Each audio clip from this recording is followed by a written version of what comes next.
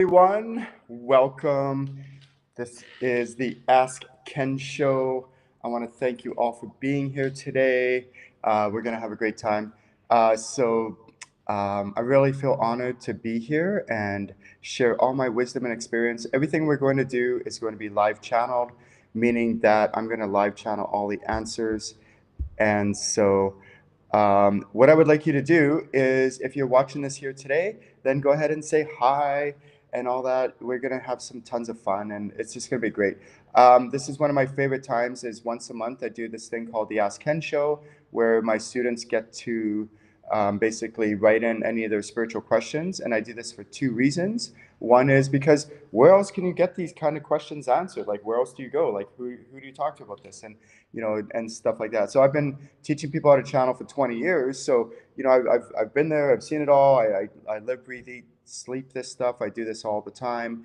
And so that's why I do the Ask Ken show. And the other reason is because my students who watch in, if you tune in, if you're a student of mine, I want to emulate for you how to live channel these answers and do what I call ABC, which is always be channeling, where you can basically always be channeling, always be connected, and always know who you're talking to, who you're communicating with, so that you're doing it safely and properly and in a good, healthy way. All right. So if you've just tuned in, what I would like you to do is give a shout out, your name, where you're from, and I will say hi to you. And then also, if you have any questions about spirituality, feel free to ask those questions. Not necessarily about you, it's not like a reading where I do readings, but anything about spirituality, questions like that. So the first question that I'm going to get to today is, how should I channel my spirit guides? And the question is, like, I get this quite often from my students. Okay, so your spirit guides, when you die and you cross over, you'll go to the astral realm to be with your soul family. While you're incarnated, certain members of your soul family will help and assist you. Those are your spirit guides. My experience training thousands of people over the years is that most people have somewhere between 3 to 5 spirit guides during any one season of their life. And each one of these spirit guides helps in a different way, a different capacity, in different areas of your life. So the question is, how should I channel my spirit guides? Like, what's the best way to do this? And so there's two ways that I recommend. One is, if you're going about your everyday life and you notice their presence, you feel their presence, don't ignore them anymore. They're trying to get your attention for a reason. Now, don't get me wrong. Sometimes they're just hanging out and they're just like, oh yeah, hey, what's going on? You're like, no, not much. I'm like, do you have a message for me? And they're like, no, just hanging out, just letting you know I'm here. I'm like, okay. And I just continue doing whatever I'm doing, living my life, whatever I'm doing. Oftentimes, though, they do have a message for you. So then the question is, you ask them, okay, what is the message that you have for me?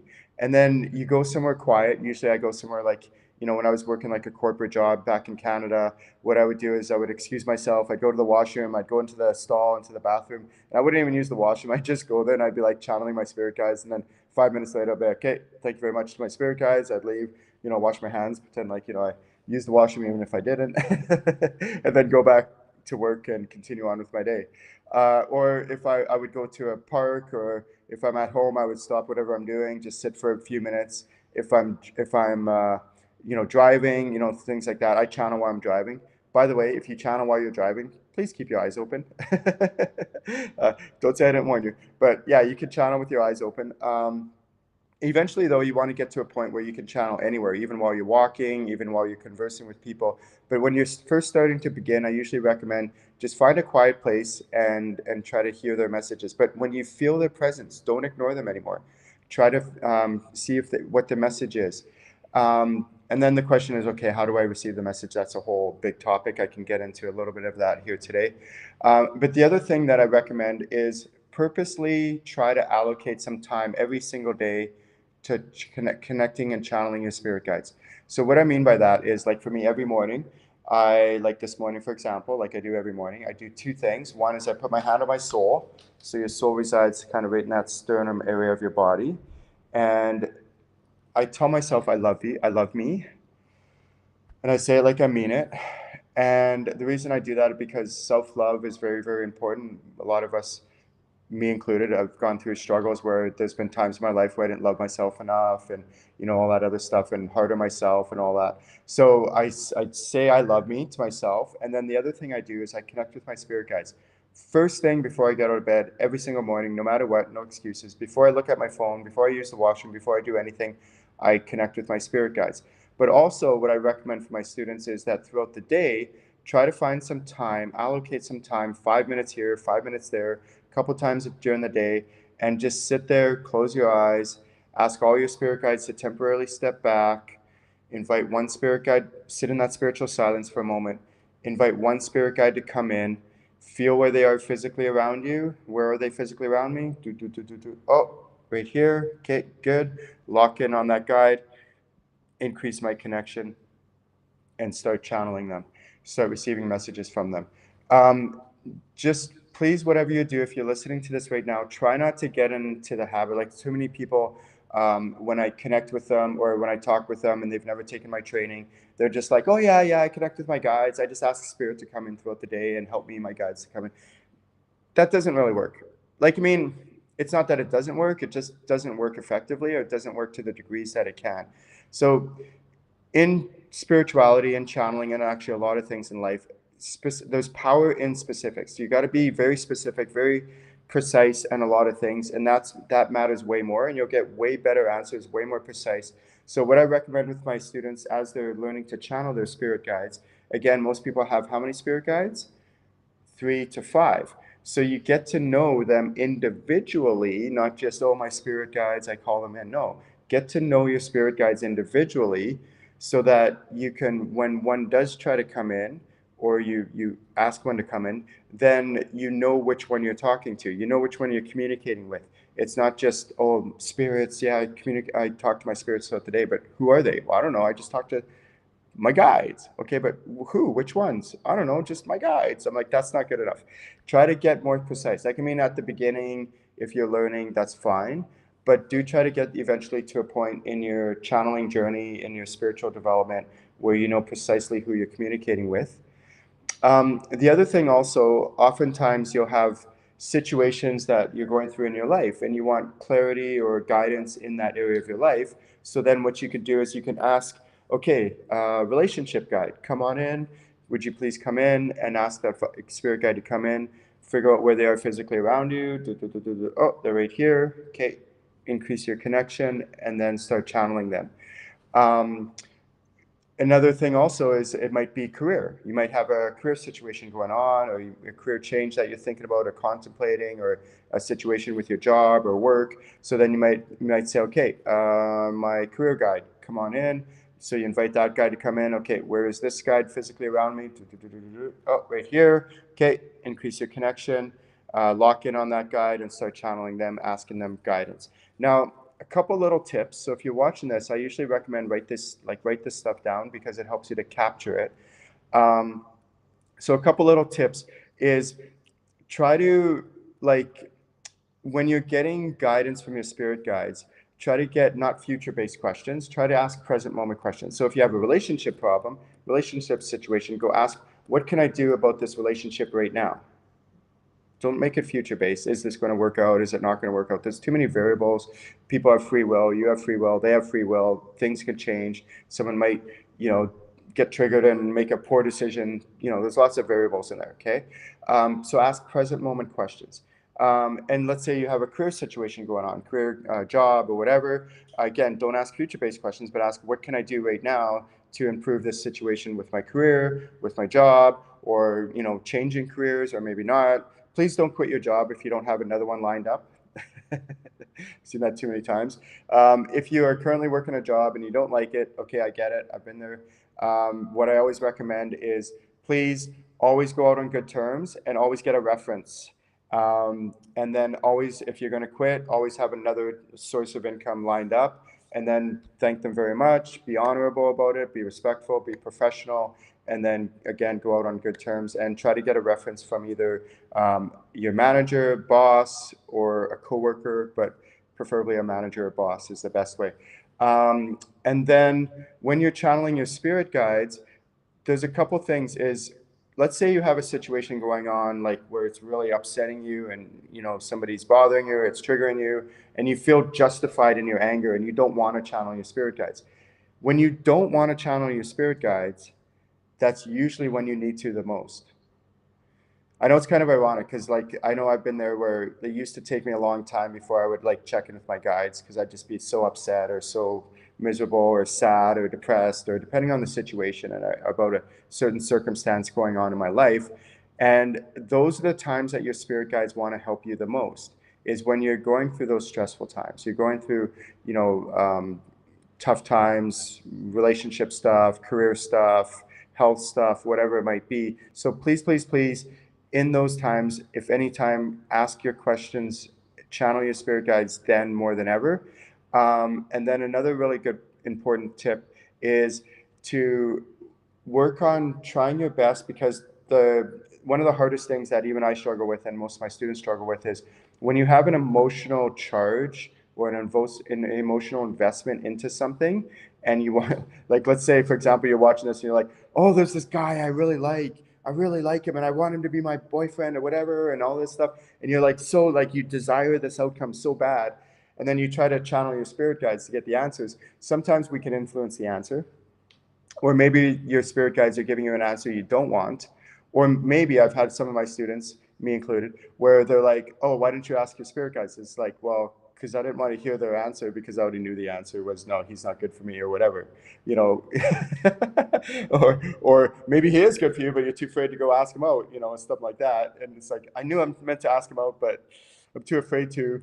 And I don't know what I don't want my spirit guides to tell me what I already know, stuff like that. So there's a lot of circumstances, situations. The most important thing with channeling, everyone listening? Okay. The most important thing with channeling is keep it light, keep it fun. Just spirituality is meant to be what? Fun. Spirituality is meant to be what? Fun. Spirituality is meant to be what? Fun. So keep it light, keep it fun. That's the slogan for my company, Channeling Incorporated. So I try to keep things light and fun, even when I'm channeling my spirit guides on my own time. Too many times what happens is when we take it too serious, we actually constrict our channels, we close them up. But when we relax and just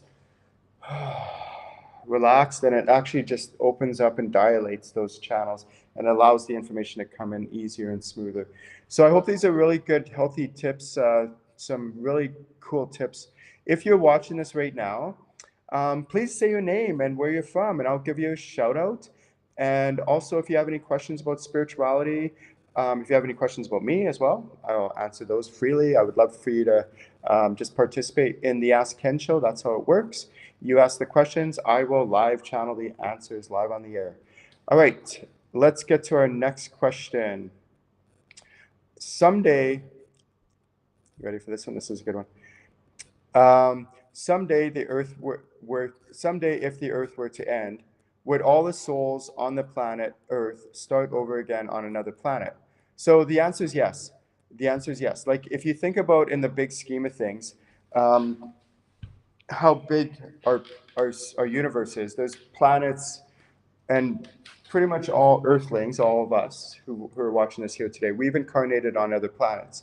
So, I mean, how do they say that? God forbid, something would happen to our planet where we couldn't live and exist on this planet anymore. It's on a soul level, we would just go and incarnate on other planets, and we have before. Like planets, just like all things, have a lifespan, and we'll incarnate on other planets and continue on incarnating.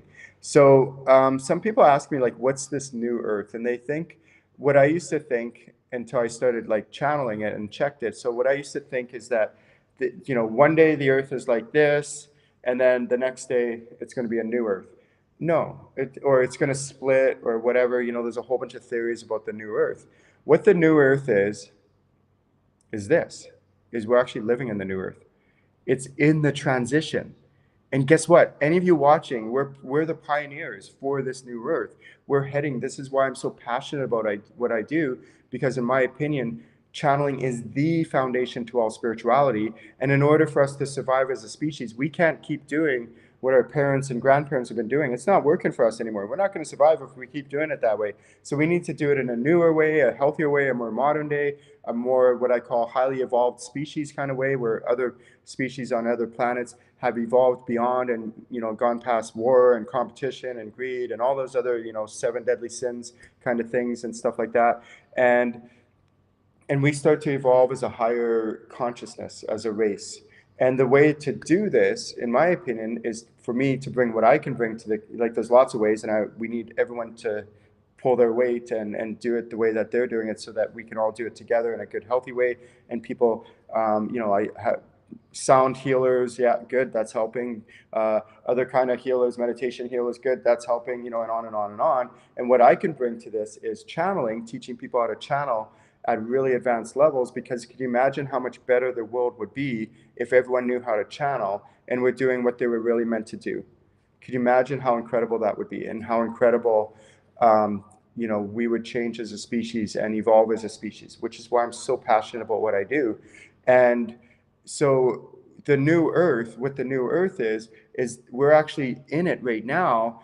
Like, if you think of like something really simple like yoga, 20 years ago, when I first started channeling and teaching people how to channel, there was hardly any yoga in yoga studios. Now they're everywhere. It's very common. People are more open to this kind of stuff. And then same thing with spiritual events. Like I put on spirit expos. I put on spiritual retreats. I used to do the circuits and go travel around and do different spirit expos and stuff like that, where I'd be a vendor. And now they're way more common, or metaphysical stores, crystal stores, all that kind of stuff.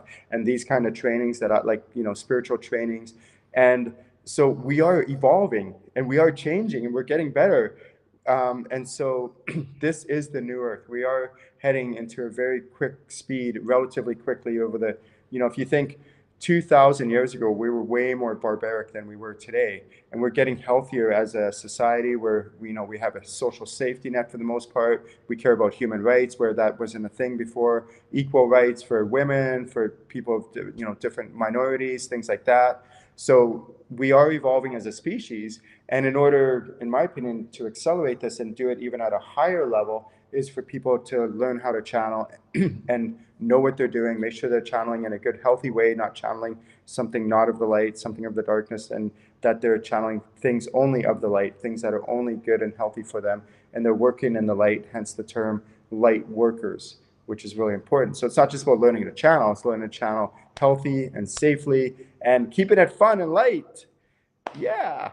So this is the Ask Ken Show. If you're just tuning in, feel free to type in any questions that you have about spirituality. I will live channel the answers. Also say your name and where you're from, and I will give you a shout out.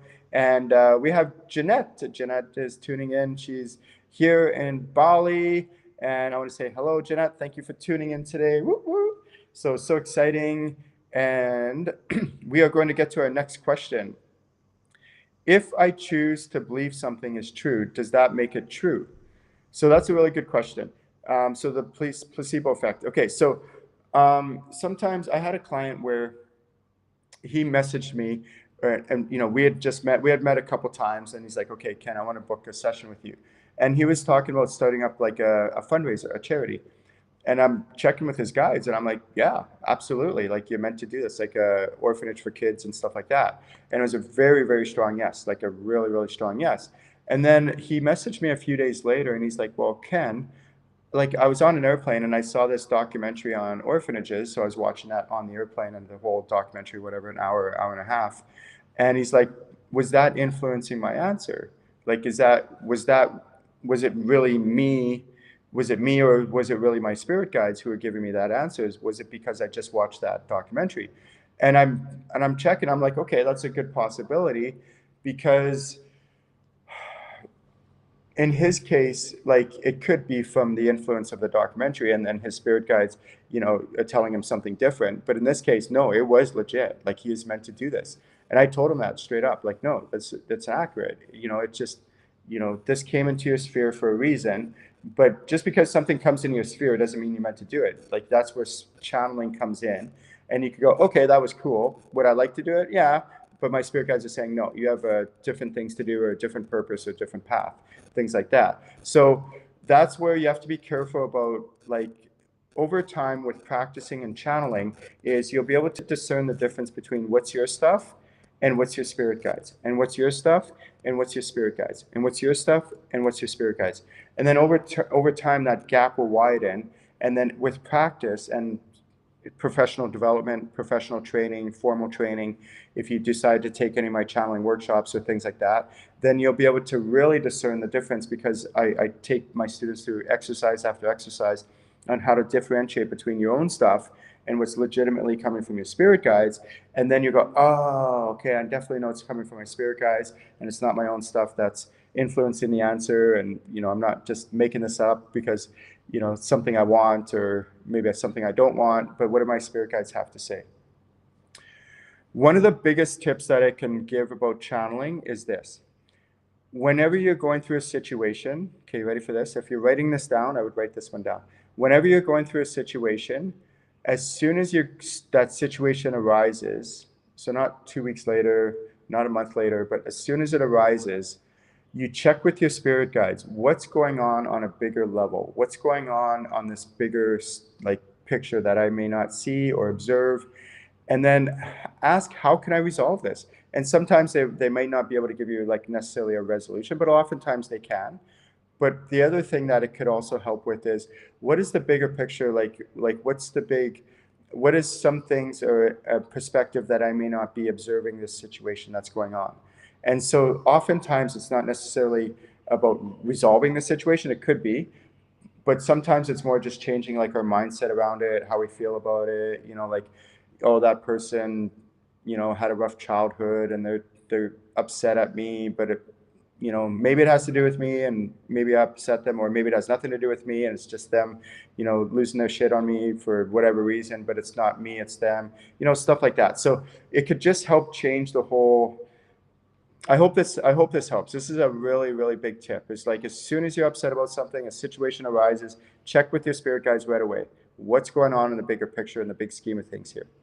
Okay, so I love that question. Okay, how do I know if I need soul retrieval? Ooh. Yeah, in my mastermind class, you have to qualify for that. You have to take the channeling first levels first, channeling level 1, level 2, level 3, level the certification workshops. Then you can access my live mastermind classes, and then you could also access my recordings. And one of the recordings that I just did recently is on a whole entire 2-hour training on soul retrieval and soul healing. So powerful. So I teach my students how to do it.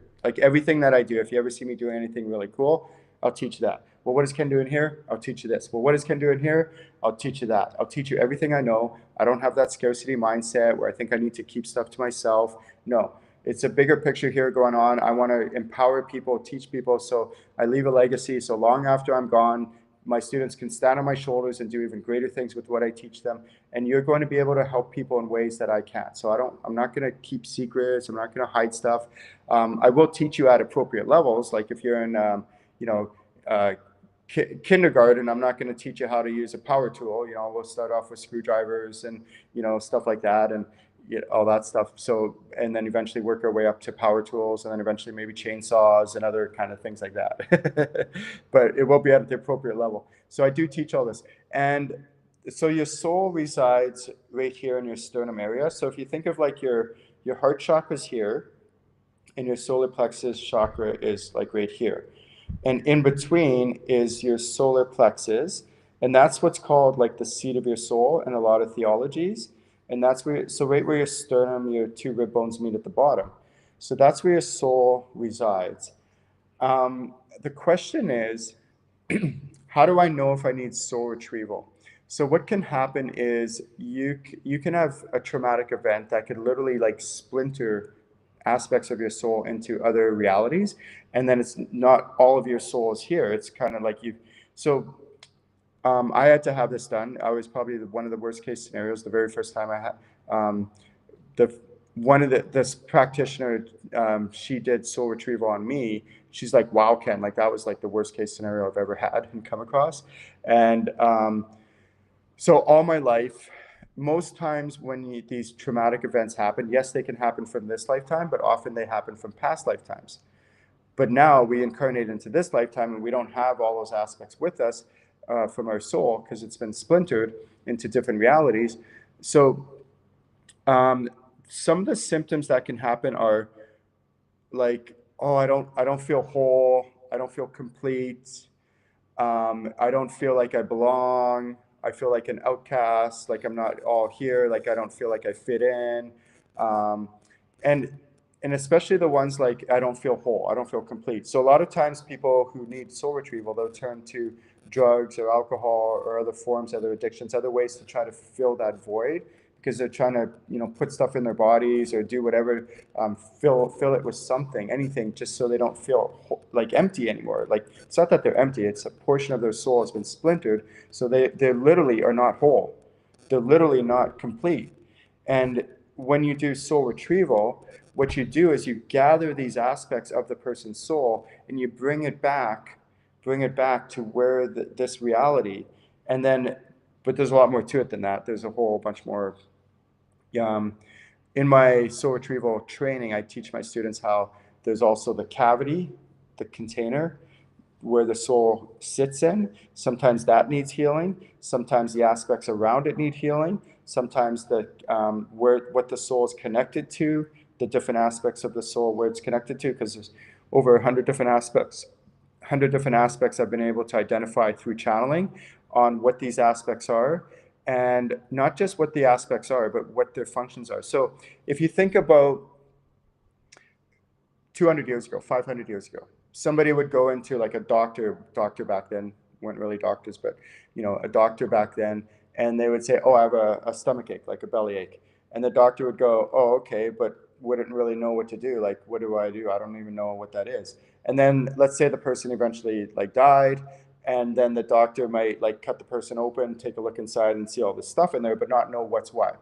Not know like, oh, okay, I see a bunch of stuff in there, but I don't know what that is. Like, okay, it's like, and then over time through modern science, they've been able to figure out oh, that's the intestine, that's the gallbladder, that's this, that's that, all the different organs and their not just what they are, but what their functions are.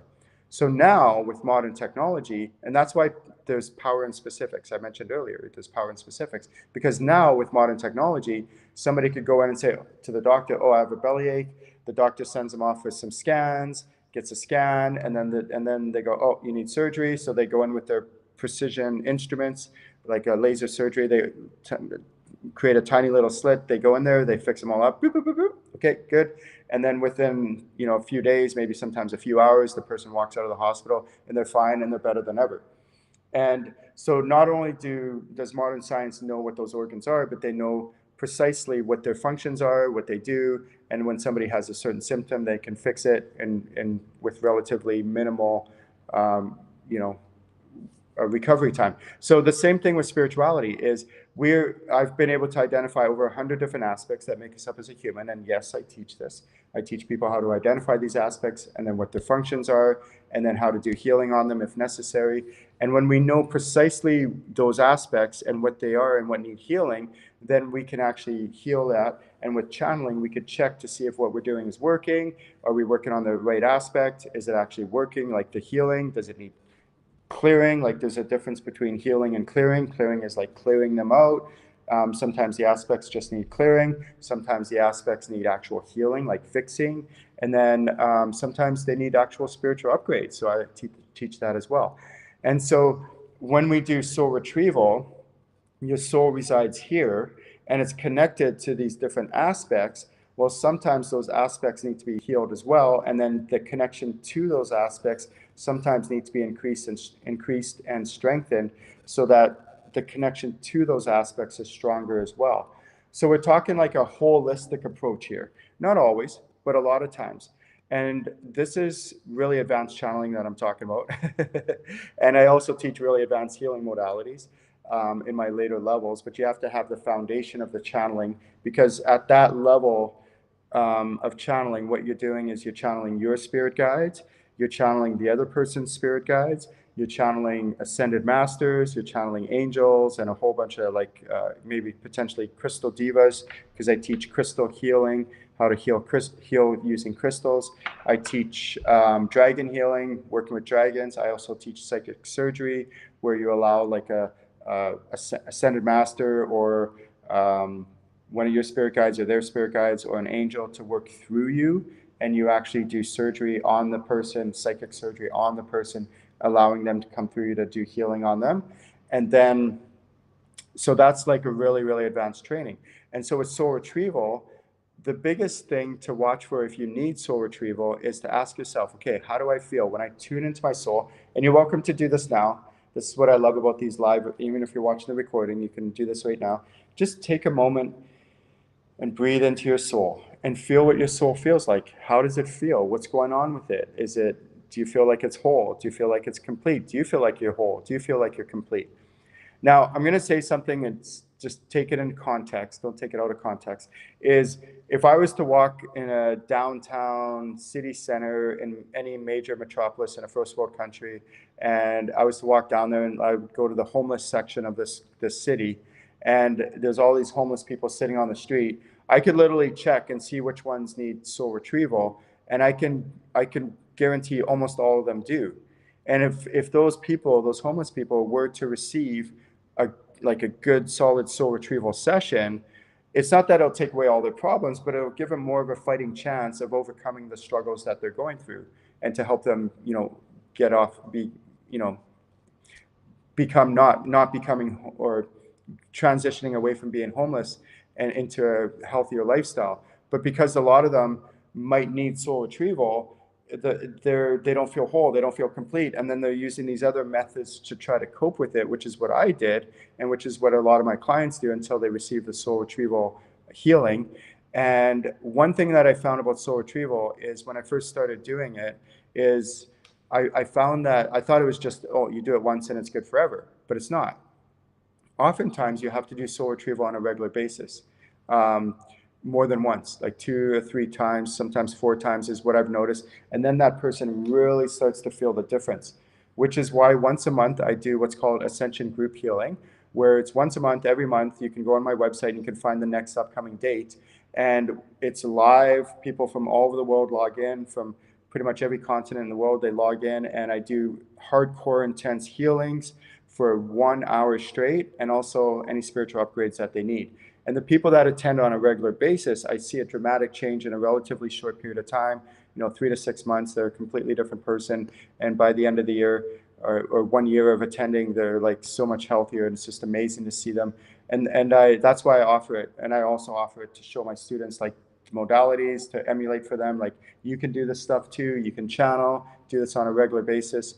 So this is channeling. This is why I love channeling. If you haven't checked out my website, please feel free to check it out, channelinginc.com. And if you're watching this, give me a shout out or say hi. Say your name, where you're from. We have Monica tuning in. Hi, Monica. Thank you for tuning in. Woo woo. So excited to see you, have you here today at the Ask Ken show. I want to thank everyone for being here. It's just an honor to be able to share my wisdom with everyone. Okay, let's go on to our next question. Are members of our soul family people we've incarnated with? I get this quite often. Okay, so let me clarify. There's ancestors and there's soul family members. Or let me do it actually a different way. When we incarnate into what I call an earth family. Your earth family isn't necessarily your soul family. So to give you an example is somebody might incarnate into, let's say there's a mom, a dad, and 2 kids, okay? So you're one of those kids.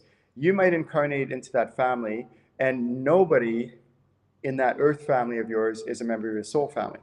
Or you might incarnate into the family, and all of them are members of your soul family. Or you might incarnate into an earth family, and maybe 1 or 2 of them are members of your soul family. So it's just possibilities, okay?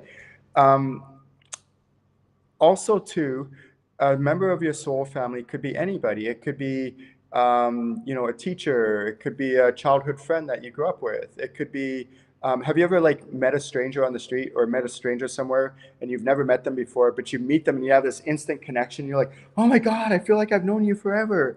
it's a good probability that the reason why is because they are a member of your soul family.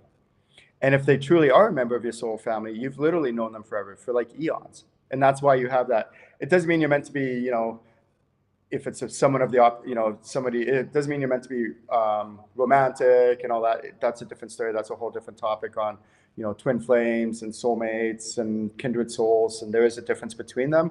Again, that's where you can get specific. You channel, you check what that means and the definitions of all that. But somebody, okay. So are members of our soul family people we've incarnated with? The answer could be possibly. So what a very common mistake that people make is they go, oh, my grandma, she died, whatever, 5 years ago, 10 years ago, whatever it is, she died and she's my spirit guide. Okay, is that true? Maybe she is, maybe she isn't. Yeah, you two may have had a really good connection, but then there's more things you can delve into if you want to go deeper with channeling. You can ask, okay, is she a member of my soul family? Yes or no? And sometimes you may have an amazing connection with somebody. So hear me when I say this. You can be friends with people who are not members of your soul family. Don't think, there's lots of people that I'm really close friends with that are not members of my soul family. And we get along great. We hang out. We have fun together. We go dancing. We do all sorts of fun stuff. We go out for coffee. We don't have to be members of soul family to do all this stuff, right? So you can have an amazing connection with grandma. She dies and she crosses over, and she may not be a member of your soul family. Okay, so when you die and you cross over, you'll go to the astral realm to be with your soul family. While you're incarnated, certain members of your soul family will help and assist you. Those are your spirit guides. So who are your spirit guides? Members of your soul family. If grandma's not a member of your soul family, she won't be a spirit guide because she's not a member of your soul family. But doesn't mean you don't have an amazing connection. You do. However, this is when it gets really cool. However, you can have somebody who you've incarnated with, and then they've died and they crossed over. And then let's say a really good friend of yours, you had an amazing connection, and they died and they crossed over, and they are a member of your soul family. But just because they're a member of your soul family doesn't mean they're necessarily a spirit guide. They could still come in and hang out and say hi once in a while, but that doesn't mean they're a spirit guide. We have how many spirit guides? 3 to 5. So you might have other spirit guides. My experience has been that most people's spirit guides are people we've known from past lifetimes, not from this lifetime. However, sometimes we can have a spirit guide of somebody that we knew that we were incarnated with. They've died, they've crossed over, they are a member of our soul family, and they are a spirit guide in this current season of our life. Not necessarily, not guaranteed, but it's possible. And so when we, the only thing to be cautious about, again, I've been giving lots of tips today about channeling. The only thing to be cautious about is sometimes we want it to be our spirit guide. We want this certain person. I want grandma to be my spirit guide. I want this friend of mine who died a few years ago to be my spirit guide. So just because we want something and we want it to be true, that doesn't make it so. But at the other end, it might be. It also might be. And that's where with channeling, you can actually check, oh, is this friend of mine who died that we were really close, is this person really a spirit guide? And it might be a no. And can you be okay with that? Okay, no, they're not, but they still come in once in a while just to say hi. They're what I call a loved one. That's different. A loved one is different than a spirit guide, although a loved one could be a spirit guide, but not guaranteed. But that's where with channeling, you can check, okay, is this loved one just a loved one, or are they a spirit guide? Is this loved one a member of my soul family or not a member of my soul family? And you could check all this with channeling. And if you need any help with this, I can walk you through this and check this. And any of my students who've been with me for 10, 15 years can vouch for me on this. I'm not going to sugarcoat the answers. I'm not going to give you the answers you want. I'm going to give you what's actually really going on. Even if you don't like that answer, even if you're like, if you want someone to just give you the answers you want and appease you and whatever, I'm not your person. There's lots of people out there that will do that for you. False psychics, they'll just tell you what you want to hear. I don't do any of that. I don't play those games. I teach ethics and spirituality and professionalism and integrity. And I don't tell people what they want to hear. I tell people what actually is really going on, because in my opinion, that's a better way to learn. Because even for me, as I'm doing my channeling, there's times when I'm like, I really want something to be a certain way, and then I check with my guides, and they're like, no, Ken, no, that's not really what's going on. No, Ken, that's not really what's happening here. No, Ken. And I'm like, dang it. But I want it to be. And they're like, no, I know you want it to be, but no, this is what's really going on. I'm like, and then I have to have enough humility to accept it, that, okay, this is what's really going on, or this is the real situation, or, this person that I like isn't, a potential soulmate, even if I want them to be, and stuff like that. So there's a lot of variables in there. That's where we need to try to get ourselves out of the way and not influence the answer. All right, everyone, welcome to the Ask Ken Show. If you're watching, just say hi. And if you have any questions about spirituality, feel free to ask those questions. Just type them in the chat box, and I will live channel the answers. And let's go on to our next question. So the next question we have is, does channeling help you sort out what the truth is? So the answer is yes. So oftentimes, like, there's this, I don't know, this might be a little bit of a controversial kind of topic, but basically people will say this blanket statement, like, the truth, everybody has their own truth. And I tend to agree. There's a really cool phase that I went through where I was like really, really heavy into the church and really heavy into Christianity. And I was like, nobody could tell me. I'm like, no, this is the truth. This is the way it is. And nobody could tell me otherwise. And I was hardcore indoctrinated into this is the truth. And then as my spiritual growth started to increase and I was able to channel more, I challenged myself on this stuff. I channeled myself on what is actually really going on. Is it what I've been taught, or is it different? And I had to have enough humility to realize that a lot of the stuff that I was taught actually isn't true at all. It actually is completely different. And so having humility, and then also getting yourself out of the way, not tainting the answer. That's why I do the healing and clearing along with the spiritual upgrades with my students, is to help them be a clear channel and not taint the answers and not get the answers that they want.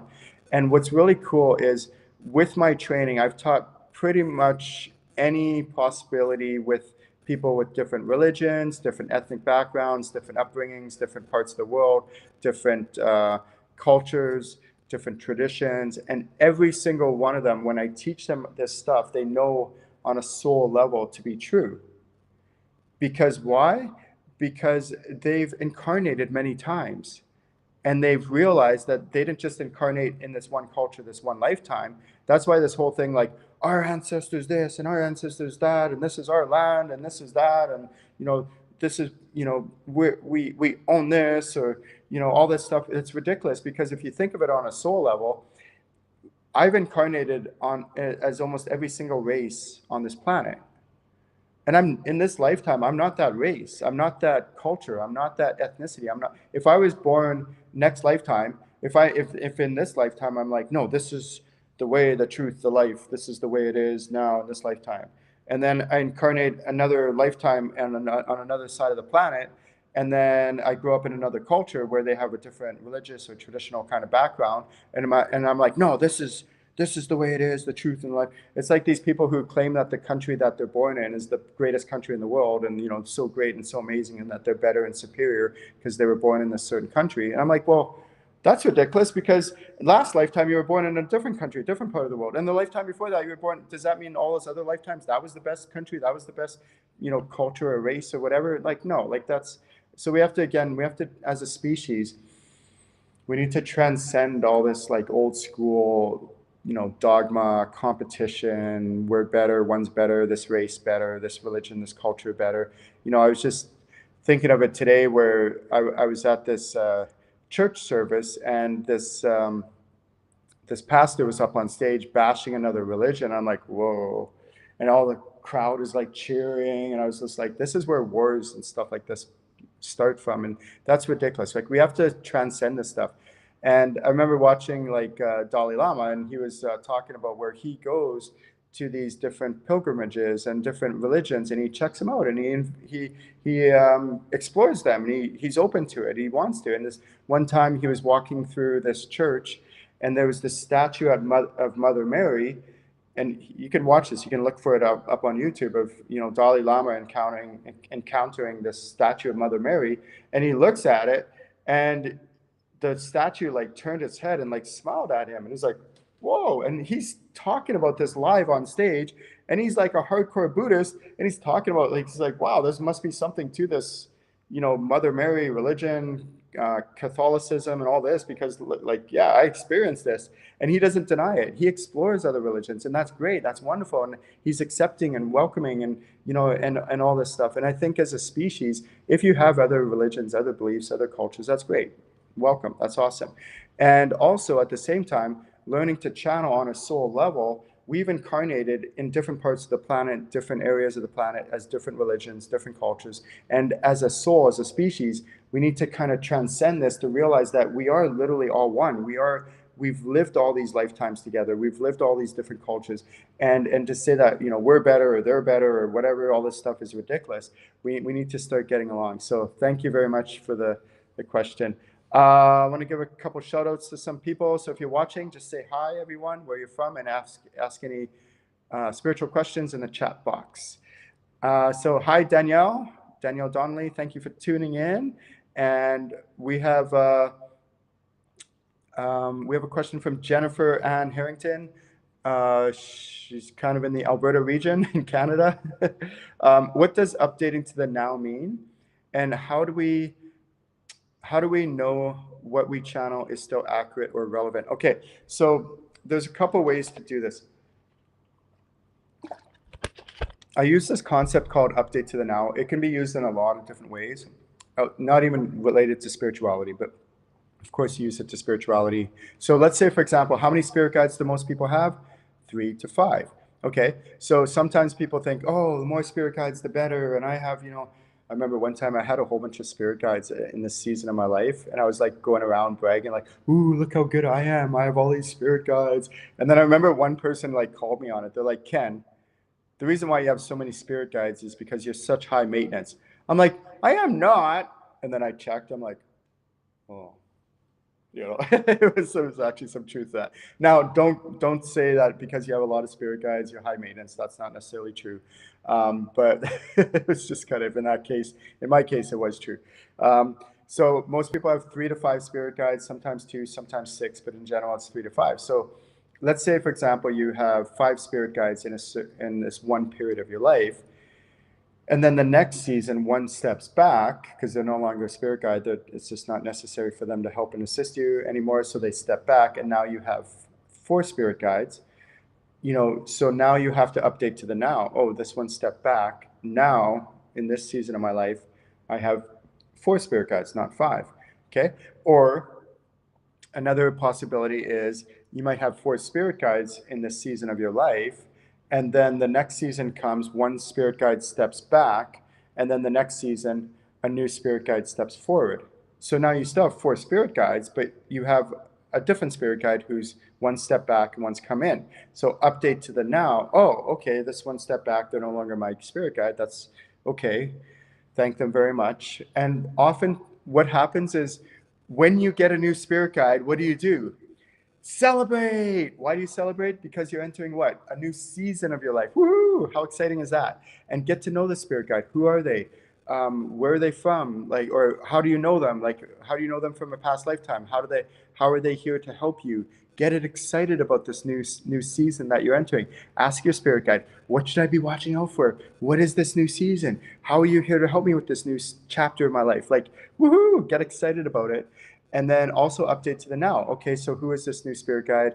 And then what is this new season, and where can I go from here? So the whole update to the now concept can be used in many different ways. For example, when I'm doing healing on people or groups, what I'm doing is I'm constantly updating to the now. I'm like, okay, how about now? No, not quite. How about now? Not quite. How about now? Okay, now we're done. Good. Okay, what's next? Oh, now we're doing this. Okay, update to the now. Now we're doing this. Okay. And sometimes during my healing sessions, at the beginning of the session, I'm getting, okay, I need to do certain things. But then as I'm doing the healing session, it changes. And it's like, oh, we're supposed to do this now instead, and then do that. Oh, okay.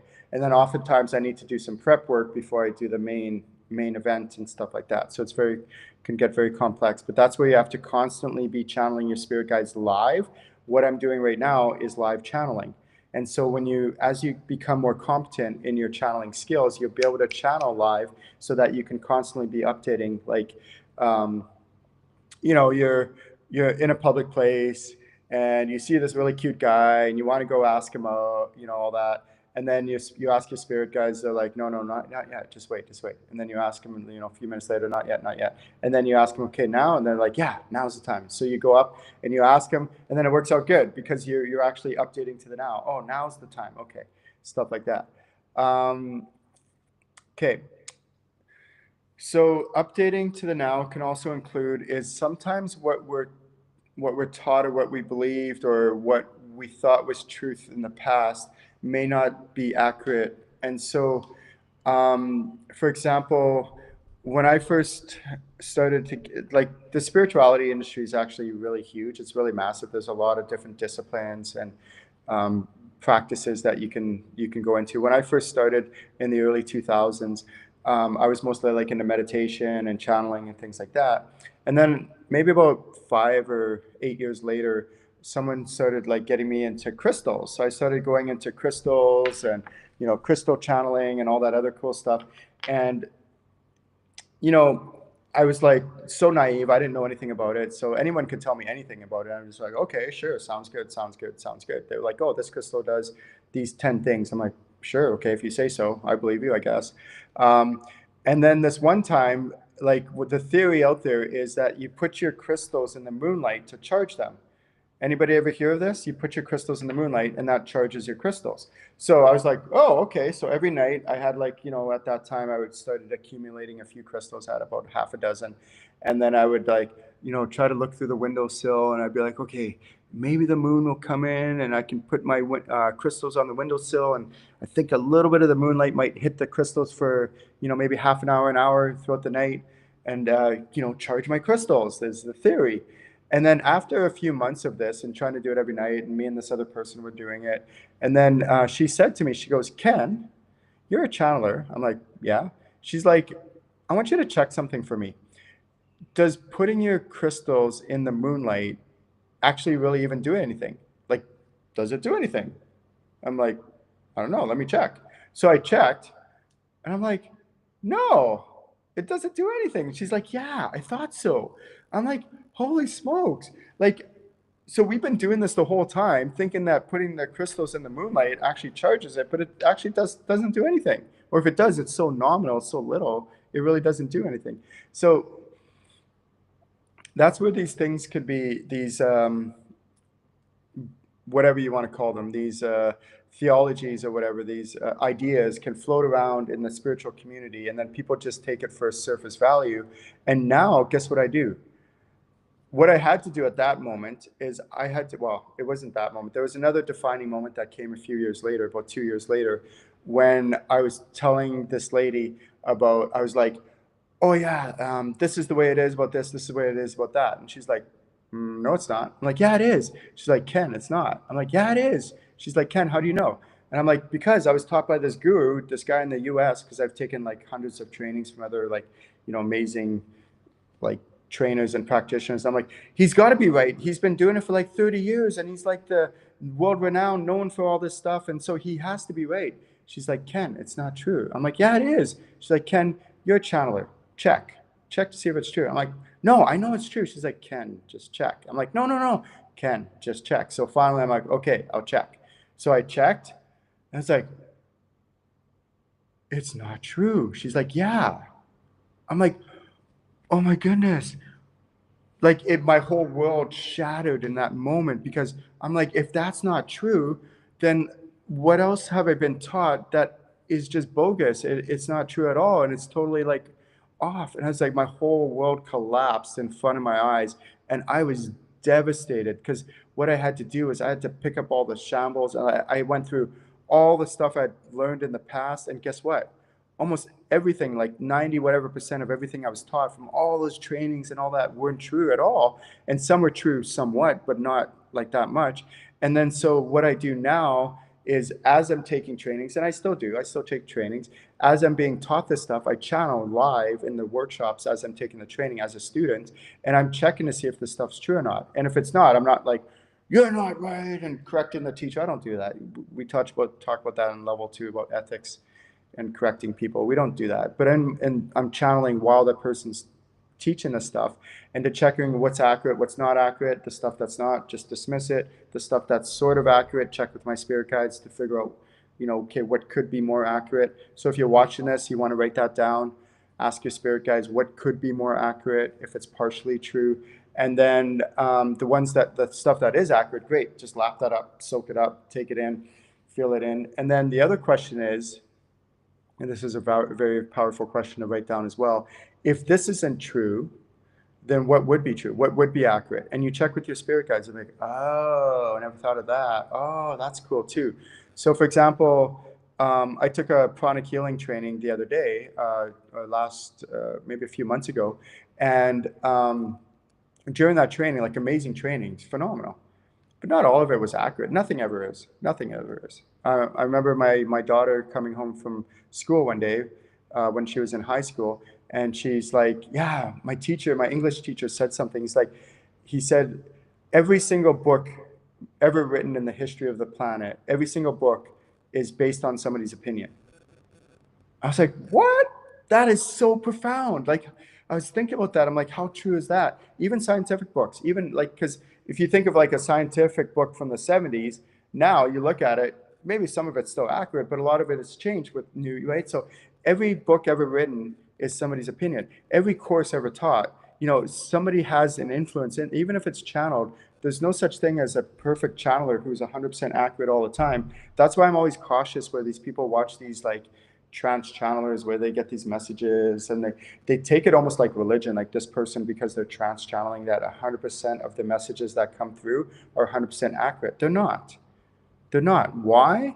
Because the person, not the entity that they're channeling, but the person, the container, the person isn't 100% healthy, isn't 100% healed, and still has filters that they're going through. So even me, I'm not 100% accurate. Everybody, every channeler I've ever met, every psychic, every medium that I've ever met is never 100% accurate. They can be fairly accurate, but they're not 100% accurate. Because why? Because they have their own stuff that gets in the way, which is why I do the healing and clearing to help you become more accurate, not just with the healing and clearing, but also with the hard skills, the technical skills of channeling.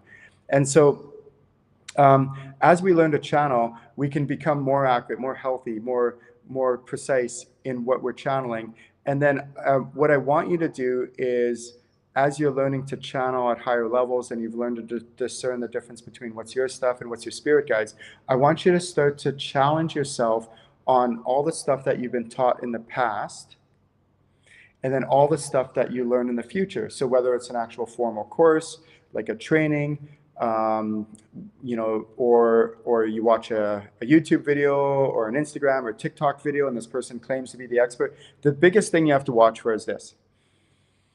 People who talk with so much conviction that it sounds like it has to be true because they talk like this is the way it is, and they talk with so much like just, and then those people can be actually the most dangerous because they say it with such belief.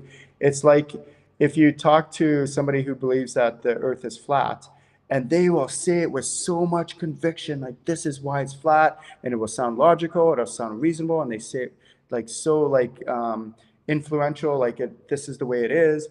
But just because somebody does that doesn't make it true. That doesn't make it true. So you have to kind of be careful on that kind of stuff. But with channeling, you can check all this.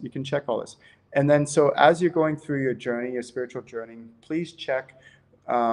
Use your spirit guides. Don't be naive. Don't just blindly believe everything. But you don't have to be paranoid or anything either. Just kind of, and you don't have to be confrontational. You don't have to go and tell the teacher they're wrong and stuff like that. Or, if it's a video, and write them up and say, you're wrong, and that's not what I believe. Like I had one lady who came into my course, and she was in level 1, and she was very really confrontational and really strong in her beliefs, and wasn't like malleable or open to other ideas.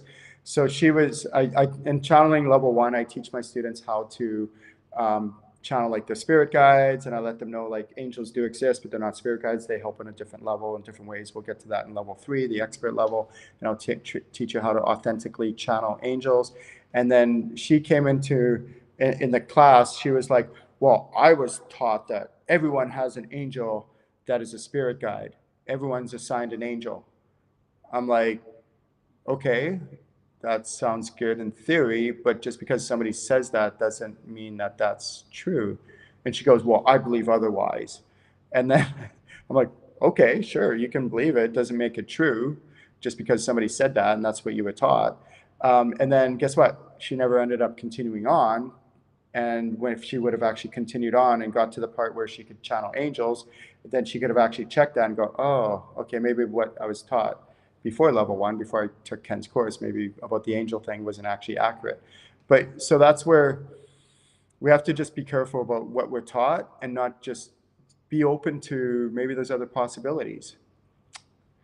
So this is the Ask Ken Show. I love it. I do this once a month. It's so much fun. I'm live channeling right now the answers, the questions. If you would like to check out my website, channelinginc.com, please do. I always have all sorts of events there, spiritual events, ascension group healing, plus a whole bunch of channeling training, animal communication. And then after you qualify, after you take those, I have a whole bunch of private events, my 6-month strategic channeling program, my master channeling mastermind classes, and on and on and on. My name's Ken Lewicki. Have a wonderful day, everyone. We'll talk to you soon. Love you all, and have a wonderful